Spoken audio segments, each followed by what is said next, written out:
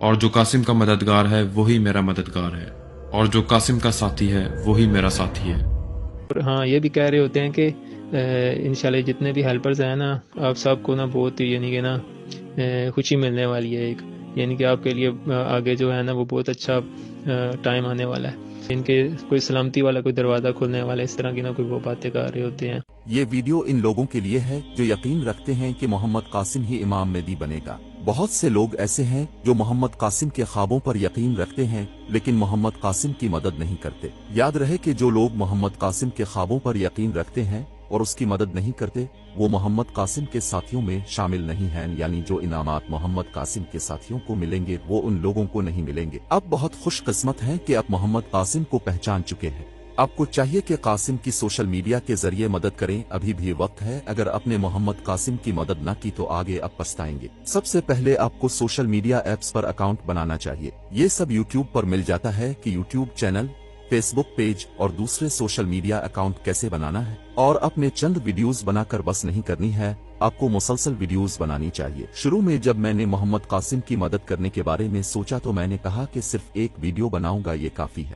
لیکن اللہ کی مجھ پر رحمت ہوئی کہ تو میں ایک کے بعد ایک ویڈیو بنانے لگتا۔ 5 مارچ 2017 محمد قاسم نے خواب میں دیکھا کہ میں نے خود کو مسجد نبی صلی اللہ علیہ وسلم میں بیٹھے ہوئے پایا اور مجھے سکون اور اطمینان کا ایک بہت ہی خوبصورت احساس ہو رہا تھا، اور پھر میں نے محمد صلی اللہ علیہ وسلم کو اپنی طرف آتے ہوئے دیکھا اور ان کے ہاتھ میں سونے سے بنے 4 اوراق تھے۔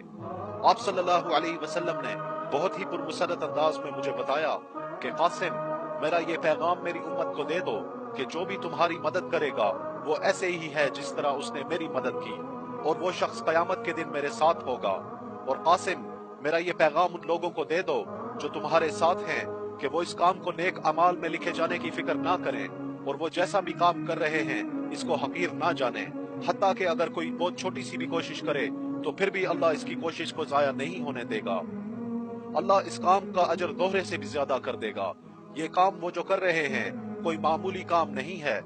وہ یہ نہ سوچے کہ میں اس ضمن میں ان کی کوششوں اور ان کے ناموں سے ناواقف ہوں۔ اللہ نے ان کے نام ان سنہری اوراق میں درج کیے ہیں، اور میں ان لوگوں کے کام اور ان کے ناموں کو بار بار پڑھتا ہوں، اور اللہ نے مجھے بتایا ہے کہ ان کو کسی بات سے بھی پریشان ہونے کی کوئی ضرورت نہیں، اور وہ قیامت کے دن میرے ساتھ ہوں گے۔ یہ سنہری اوراق جو اللہ نے مجھے دیے ہیں میں ان کو ہر وقت اپنے ساتھ رکھوں گا، اور ان سنہری اوراق میں ان لوگوں کے نام ہیں جو مشکل وقت میں تمہارا ساتھ دیں گے۔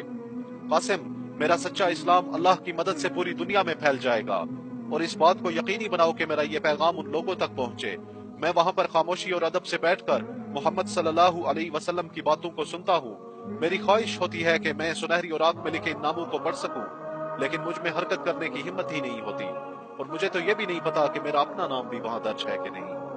اس خواب میں اللہ، نبی محمد اور میں ایک جگہ ہوتے ہیں۔ میں گم سم بیٹھا ہوتا ہوں اور نبی محمد مجھ سے پوچھتے ہیں کہ میرا بیٹا گم سم کیوں بیٹھا ہوا ہے۔ میں نبی محمد سے کہتا ہوں کہ یہ بہت مشکل کام ہے، ابھی تک صرف تھوڑے سے لوگ ہیں جنہوں نے میرا اور میرے خوابوں کا یقین کیا ہے، اور کچھ اس انتظار میں بیٹھے ہیں کہ دیکھو اس کے خواب سچے ہوتے بھی ہیں یا نہیں، اور اللہ ہی جانتا ہے کہ یہ سچ بھی بول رہا ہے یا نہیں۔ اور باقی سب نے مجھے دیوانہ ہی سمجھا ہے اور یہ کہا کہ اس کا ساتھ دینا تو گناہ ہے۔ یہ سن کے نبی محمد جوش اور تھوڑے سے غصے میں آ گئے اور میری طرف تیزی سے بڑھ کے کہنے لگے، قاسم، میرا یہ پیغام میری پوری امت تک پہنچا دو کہ جو تمہارا ساتھ دے گا اور تمہارے ساتھ کھڑا ہوگا وہ ایسے ہی ہے جیسے وہ میرا ساتھ دے رہا ہے اور میرے ساتھ کھڑا، کیونکہ تم جو کچھ کر رہے ہو وہ اللہ اور میرے کہنے پہ کر رہے ہو، اور اللہ ان لوگوں کو دگنا اجر دے گا جو تمہارا ساتھ دے رہے ہیں۔ دیکھو جو تمہارا ساتھ دے رہا ہے اللہ خود اس کا نام سونے کے اوراق پہ سنہری حروف سے لکھتا جا رہا ہے، اور میرے بیٹے، اللہ نے ایک کام کرنے والوں کا اجر ضائع نہیں کرتا،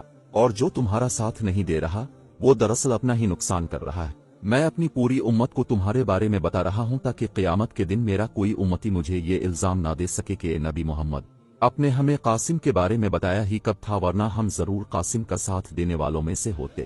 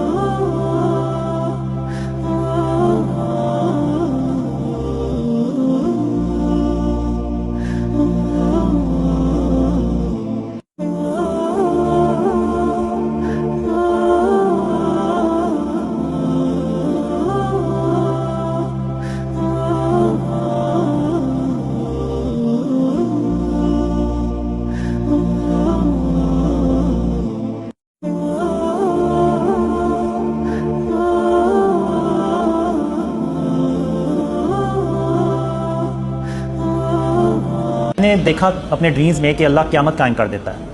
تو اب مجھے ایسے لگتا ہے جیسے میں زمین سے اگ کے نکلا ہوں, جیسے کوئی پودا اگتا ہے تو اس طرح سے نا میں زمین سے اگا ہوں, اور جیسے ہی میں اٹھا ہوں تو وہ آلریڈی یعنی ہوتا ہے کہ میں نے اللہ رب العالمین کے پاس جانا ہے, یعنی اس کے سامنے جانا ہے. تو اب میں ادھر ایسے تیز تیز چلتا ہوا نا, تو جیسے اللہ نے آلریڈی مجھے بتایا ہوا کہ میں نے کہاں جا کے کھڑے ہونا ہے, تو میں ادھر جاتا ہوں اور جا کے کھڑا ہو جاتا ہوں. تو وہاں پہ خاتم النبیین محمد صلی اللہ علیہ وسلم پہلے سے آگے کھڑے ہوتے ہیں.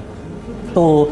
اب جو اللہ کا قیامت کے دن جو عرش ہوتا ہے نا, اس کا سایہ جیسے شام کا سایہ ہوتا ہے نا, وہ لمبا ہو جاتا ہے. تو یہ اب جیسے یہ اللہ کا عرش کا سایہ ہے, اور ادھر یہ باقی میدان ہے, اور سورج اس طرف ہوتا ہے کافی بھرے سائز میں ہوتا ہے, تو اس کا جو ایسے روشنی آتی ہے تو اللہ کے عرش کے جو سایہ نا وہ ایسے ایک لمبا سایہ بن جاتا ہے. تو سب سے آگے خاتم النبیین محمد صلی اللہ علیہ وسلم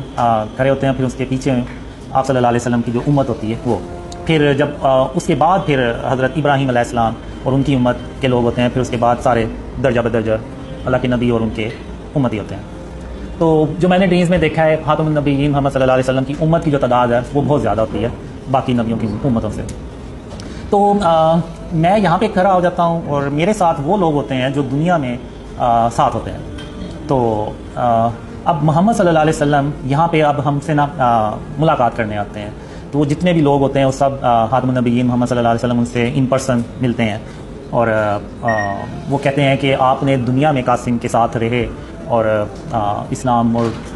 یعنی اس وقت یعنی جو ڈریمز آئے تھے اس وقت مجھے, تو اس وقت مجھے نہیں پتا ہوتا کہ ہم نے ایسا آخر کیا کام کیا کہ خاتم النبیین محمد صلی اللہ علیہ وسلم ہم سے ملنے پہلے آئے ہیں. تو بہرحال اس وقت تو مجھے نہیں سمجھ لگی, لیکن آج اب تو سمجھ لگتی ہے کہ وہ شاید اسلام کی سربلندی سے متعلق ہی کام ہوگا. تو خاتم النبیین محمد صلی اللہ علیہ وسلم پھر ہمیں کہتے ہیں کہ آج اللہ جو ہے نا آپ کو خوش کر دے گا, اللہ اپنی رحمتیں اور برکتیں آپ پہ نازل کرے گا. تو اس طرح سے میں نے نا وہ ڈریم میں دیکھا, اور اس وقت میں ڈریم میں بھی یعنی یہ